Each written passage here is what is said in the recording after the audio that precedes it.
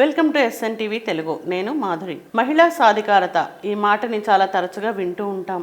అసలు మహిళా సాధికారత అంటే ఏంటి, ఎందుకు సాధించుకోవాలి అనేది ప్రతి మహిళ ఆలోచించుకోవాల్సిన విషయం. మహిళా సాధికారత అంటే మనం సామాజికంగా, రాజకీయంగా, అన్ని రంగాల్లో, విద్యారంగం కావచ్చు, ఏ రంగమైనా కావచ్చు, అన్నిట్లోనూ కూడా పురుషులతో సమానమైన రేషియోలో, నిష్పత్తిలో మనం కూడా అవకాశాలని సాధించుకోగలగటం. ఈ సాధికారత అనేది ఎందుకు సాధించుకోవాలి అన్న ఆ విషయానికి వస్తే, ఈ మహిళా సాధికారత వల్ల ఏదైతే మహిళలు ఎదుర్కొంటున్న వివక్ష ఉందో, సమాజంలో ఆడపిల్ల అనగానే ఒక చిన్న చూపు ఉందో, అవన్నీ దూరం అవుతాయి. అయితే ఇప్పుడు మహిళా సాధికారత అనేది ఈ రోజులకు వచ్చేసరికి మనం కొంతైనా సాధించగలిగాం, కానీ అవసరమైనంత మేరకు మాత్రం సాధించలేకపోయాం. అయితే దీనికి ఏం చేయాలి?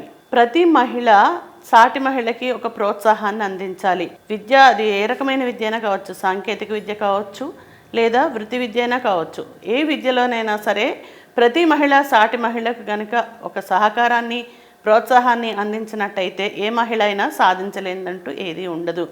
అయితే ఇప్పుడు మనం అనుకున్నదే చూస్తే మహిళా సాధికారత అనేది కొంతవరకు పట్టణాల్లోనూ, నగరాల్లోనూ సాధించగలిగామనే చెప్పాలి. మరి గ్రామాల విషయం, గ్రామాల్లో మాత్రం మనం అనుకున్న స్థాయిలో ఇంకా లేదు. అక్కడ ఇంకా వివక్ష ఎదుర్కొంటున్నారు, వరకట్నపు చావులు చూస్తూనే ఉన్నాం. మహిళలకి ఆర్థిక అసమానతలు అనేవి అక్కడ ఇంకా ఉన్నాయి. సో వీటిని సాధించాలంటే ఏం చేయాలి? గ్రామాల్లో మహిళల్ని కూడా ప్రోత్సహించాలి.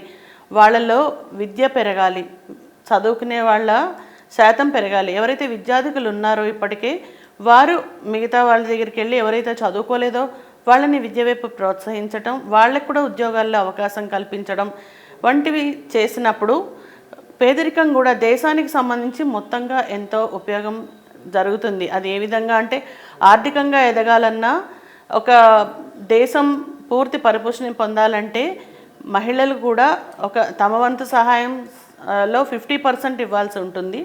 సో ఈ విధంగా చేస్తే పేదరికం కూడా రూపుమాపేందుకు అవకాశం ఉంటుంది. సో ఇది అందరూ, ప్రతి మహిళ ఆలోచించాల్సిన విషయం. సో ప్లీజ్ ఆలోచించండి.